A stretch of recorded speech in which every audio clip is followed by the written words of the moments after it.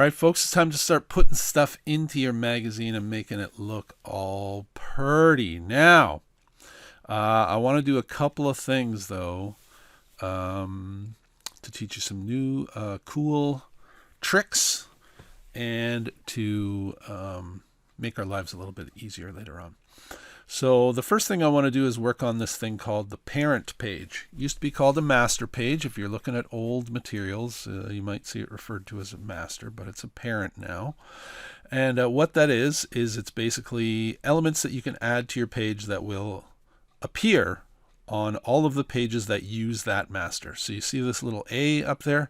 That means that these pages are all built on a parent. You can add other parents and apply them to other pages. So if you have a certain look for your ads that's different from your articles, maybe you want a different parent page, but we're just going to set a few things up that are going to appear basically on every page, including, so I'm going to go to my parent page. So I'm working on my parent page. You can see how it's highlighted there.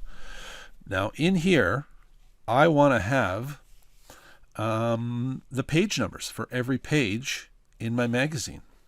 And InDesign lets you do that automatically, which is super cool. So in my parent page, I'm going to just draw out a text box. I'm going to use my type tool here, and I'm going to put a text box in that bottom corner. That's probably too big, but whatever. And I'm not going to type in a number. I'm going to go into type and insert special character and current page number under markers. If you like shortcuts, Control Alt Shift N. If you have that many fingers and toes, you could try that. But yeah, under type, insert special character, marker, current page number. Now it appears as the letter A, but well, I can even show you right now. Actually, if I go down to any other page, you can see that little number there. Looks terrible. It's too small. Doesn't make sense where it is. So I'm going to highlight this, and I'm going to make it bigger and a different font. So always change the font. Don't go with Minion Pro. That's just lame. So my page numbers are going to look like, how about that right there? So I'm going to use, that's just me. You can use whatever font you want, obviously. Then my page numbers are going to be bigger. So let's try, yeah, 30 is probably good. Maybe, I don't know. Let's go 24. Yeah, sure. Let's try that. We don't want them too big. So there we go. If you want to choose a color for your page numbers, you can choose these, or you can choose any color on the spectrum. So maybe I want mine to be blue. I have a color theme in mind. Maybe I want them to be blue. And then if you want maybe a stroke around those or anything else, you can do that. Okay. Now I'm going to switch to my selection tool here because I don't like the way it's kind of sitting up there. I want it to sit on the bottom corner here. So I'm going to press escape on my keyboard or go to the selection tool, and Control B will open up the options for this text box, and I can change this down to the bottom like that. And you can also set a little bit of space around your box, and I highly recommend that you start doing this. Doesn't have to be much. I'm going to turn on preview here so you can see it moved a little away from the corner. I'll put it down again just to show you it's right against the corner. Here it's moving it away, and you can move it as far away as you want, but I recommend having a little bit of space. So even that first one is probably fine for this, around your text box, and I'll kind of show you that in a second. Okay, so for example, the reason I do that is if my text box is filled in, it just looks weird if the text is right against the edge. Okay, so a little bit of pink there. Those colors are terrible. They don't contrast well at all, do they? But giving it a little bit of space around there certainly helps. Now there's a couple of ways to, right now I only have it on that page, the odd numbered pages. But if I want it to appear over here as well, so you can see that it's not on page 3, but it is on page 2, for example. If I want it to appear over here, There's a couple of ways to do that. I'll show you one quick and easy way to make life a little bit simple. If I'm on the selection tool and I click on that, if I hold down Alt, I can drag out another copy of that box. I'm going to undo that. If I hold down Alt and Shift, I can drag out a box and it'll move in a straight line, either up or down. So I can move it over to my other corner, an exact copy. So it's going to have the exact same character, the exact same setup. The only thing is on this one, I don't want it to be on the left side of the box. I want it to be on the right side of the box. So I'll just highlight that text and put it on the right side instead of the left. So now again, if I go to any of my pages, I have that little blue page number appearing on all of my pages. Now often on a magazine, it'll also have like the name of the magazine and the issue on their bottom as well. It might even have a little bit of a decorative element of some kind. So I'm going to draw a little rectangle that just goes across the two pages, something like that, maybe a little bit smaller. There we go. Yeah, just a touch smaller. And I'll fill that in with, I don't know, let's go with that same, is that the same blue I had? But I'm going to lighten it a lot. That's really not going to make any sense, is it? So that's a lighter blue. Maybe I actually want to take it and I would just want to turn the opacity down a little bit. So maybe that'll help too. And right now it's on top of the letters. You can see the letters kind of poking through as I turn the opacity down. But if I go to Object and Arrange and send that to the back, it's going to appear behind my page numbers, and that actually doesn't look too bad. Like I said, sometimes it'll have the magazine name over here as well. Now here, let me show you a cool trick. Okay, I'm going to highlight my text here. Now let's pretend that I want other elements on my page to have that same look, that same kind of text. Now, yes, I could copy and paste, or I could drag out a copy of that box if I wanted to. But what we're going to start using is something called a paragraph style, which is going to take the attributes of a bit of text and you can apply them to other boxes. So I highlighted that text, and over here under my paragraph styles, and by the way, my page might look different than yours. I'm on Essentials Classic, and I opened up my Properties panel. If you don't see any of those things, you can switch to Essentials Classic. Any of the windows that you can't see are just under Windows, so if you can't see your properties or whatever, just open it from there. I am also going to use my paragraph styles window, which it says right here, if you press F11 on your keyboard, should activate that as well. Now I'm going to use this a lot, so I'm going to take this and I'm going to dock it in this little area right there. So yeah, that'll be handy for me. So I've got that highlighted, but you can also see it's right here. If I press the little plus under paragraph styles, it's going to take all the attributes of my page numbers, and I'll just call this page number. Yeah. And copy that. So if I want anything else to look exactly like that, I just have to apply that style now. But I want, in one of these columns, I'm going to have the title of my magazine, which is Guitar Monthly. Okay, and watch this. So if I highlight that type and I go to my paragraph styles, I can apply that page number type and it'll look exactly the same. Now I don't want it to be exactly the same. This doesn't have to be as bold.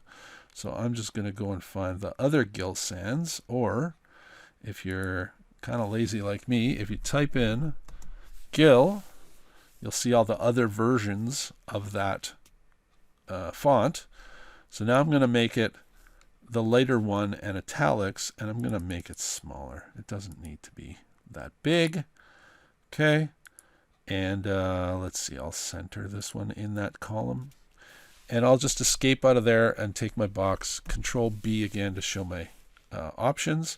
Always like a little bit of space, and center, and that looks a little bit better for me. Okay, so I got that. And then maybe over here, well, let's just have a new paragraph style. Let's call this our footer. Okay, so over there, I want another text box that's going to have the issue that we're looking at. And I'll go and call this my October 2022 issue. I'll highlight that text like that and just make it the footer, and it'll look exactly the same. Escape, Control B, and I'll put it in the center of that box, and look at that. And if I go to any of my pages, that is now going to appear. Now, one thing you're going to notice really quickly is that if you add something to your page, like a picture, or I'll just add, say, a background on this page, I'll have this page filled in with a color. Let's pick our own color here, maybe a light greenish, I don't know. This is the ugliest magazine in the world. You'll notice it blocks that page number. Okay, we'll fix that later. I can show it to you right now, but let's just not worry about it. Actually, you know what? I will show it to you now because it's kind of hard to design your magazine if you can't see that stuff there, right? So if I take a look at my layers here, I have just the one layer. It's all on layer 1, and all I've got on there is a rectangle right now. If I go back to my parent page here and look at my layers, everything again is all on layer 1. Now, a simple way to fix that so that my page numbers and all that stuff appear on top of whatever else is on there is just to add a new layer and move all this stuff up onto that new layer. Okay, so now it's all on layer 2, and if I go back to that page, you'll see now that layer 2 is on top of layer 1. Pretty cool, huh? Now you can also override those page features, the parent page elements. If you want to change one of those things on a page, let's say I want to change this to the article title on one of my pages instead of October 2022.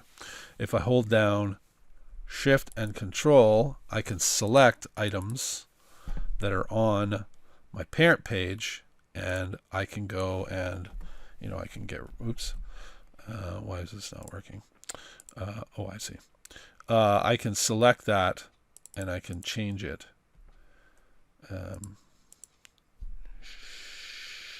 Shift, Control, yeah.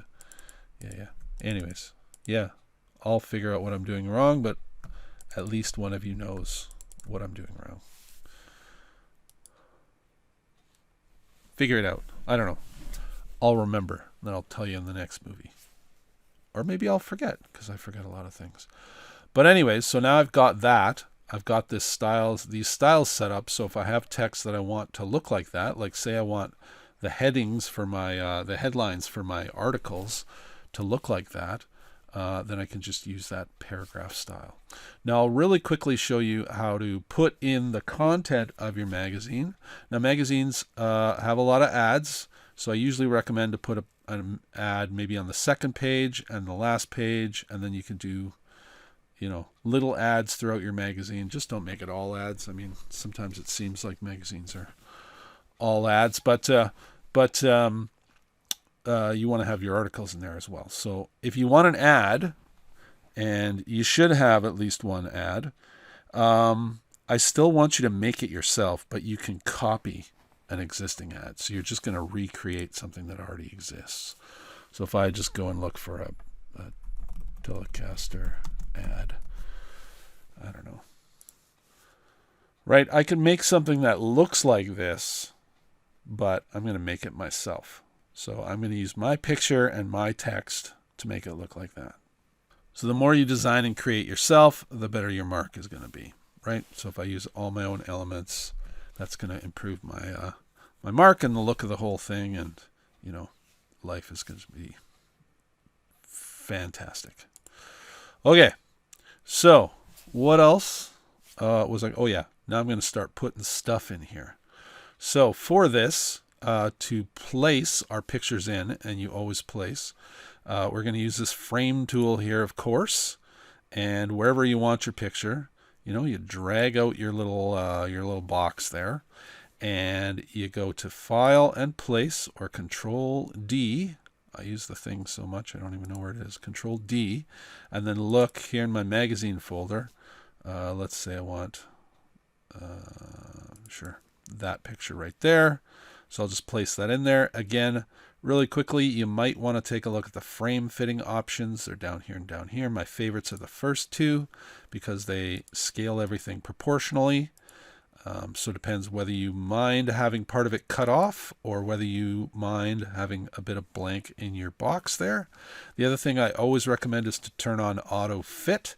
It drives me nuts that that's not sort of the default. I don't understand that. But if I want to resize this, if I have auto fit on, it'll resize when I resize my text box. Of course, I can move my pictures around in the text box. I'll just click out of that again for a second. If I click on the box, it has this kind of orangey yellowy outline there, and that is the actual text box itself. But if I click inside, right in the middle, there's a little donut. You can't see it on this picture, but if I click on that donut, now I have a blue outline, and I can move this around inside that frame, or let's say I want to resize it within that frame. That looks awful because I'm not holding shift. If I want to resize it, I should be holding shift so it scales proportionally. And that looks a whole lot better. So anyways, that's that. So that's how to put pictures in there, not too hard. The other thing you want in there is your articles. And again, we're going to use either the text tool or the frame tool. It doesn't really matter.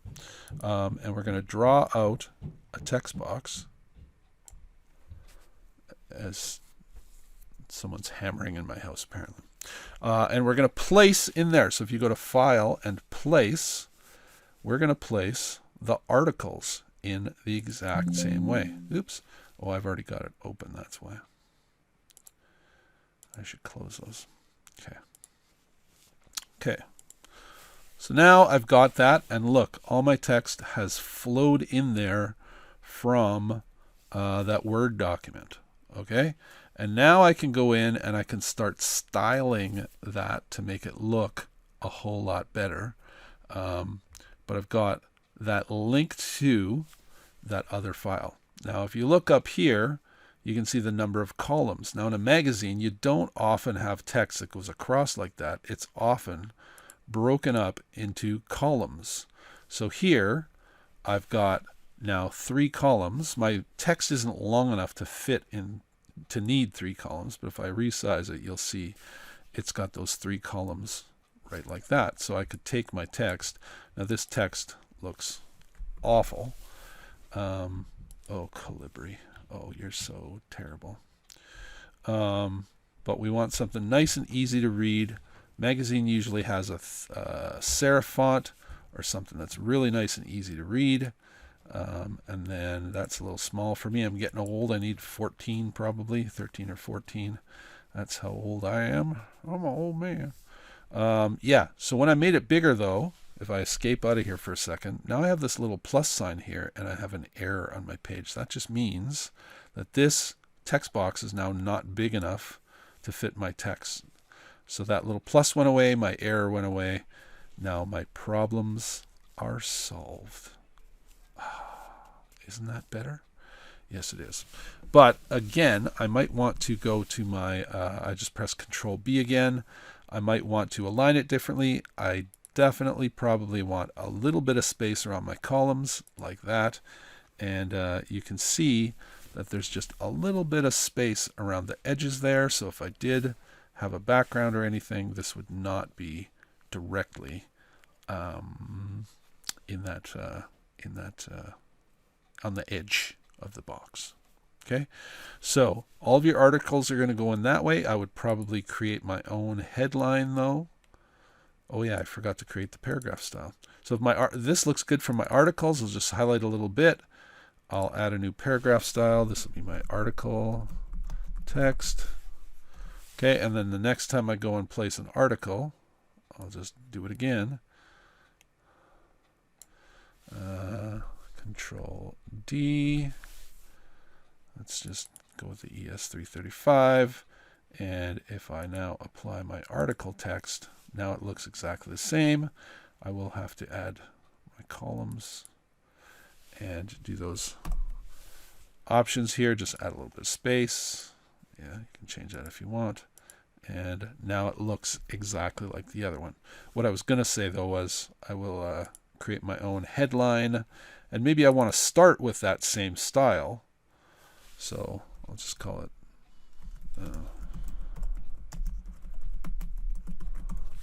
right. I'll highlight all that. I'll start with that style, but for the headlines it's obviously going to be a lot bigger. So let's try 24, maybe even bigger. Okay, and obviously I'm going to want that centered. Maybe I want it in a different color. I don't want it black. I want it, you know, dark blue.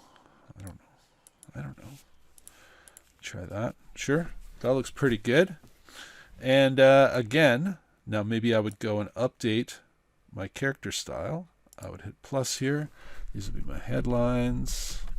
And the next time I want a headline, I just have to apply that character style. Now here's something cool though. If you go and change one of these paragraph styles, all the text that has that style applied to it should change as well. What happened? Oh yeah. Right. So let's say I decide, oops, yeah. Let's say I want that to be a little bit bigger. That's not working for me. I will make it a little bit bigger. You can see I put preview on so you can see it changing there. Or maybe I decide that font kind of sucks. Maybe I want something else. You know, everything that has that style applied to it is going to change when I change that paragraph style. Okay, I'm going to cancel that because I liked it the way it was before. But that's how to quickly put in your pictures and your text. Now I'll show you one more cool thing while I'm at it, which is sometimes on a magazine you'll see a picture kind of in the middle, a picture in the middle of an article. So if I take this, and actually, you know what? I'm going to use something from the Noun project just to show you. Oh, I already downloaded that. Yeah. Okay. So I'll go back to my InDesign and I will file place. This time I'll just draw my where did it go? Oh, right there. Open. I've got it. Oops. Oh, now I've messed everything up. Okay, click off that text box, file place, Control D. There's my thing. I can draw my own little text box here, and now it'll place in there. Now, if it has that transparent background, I can actually wrap the text around that shape by using these text wrap options right here. So if you take a look, it kind of shows you what that'll look like. Right now it's going around it in a square shape. Here it's kind of contouring to the shape of the thing. Here it's going to block everything out so that it leaves some space in the middle, like that. So if I want a picture and I want text to wrap around it, oh, I messed it up again. That is pretty cool. So wherever I put this, the text, oops, I messed it up again. The text is going to flow around that. I got to stop messing it up. You get the idea. Okay, so that's how to make your pages look all pretty. Go do that. Life is good.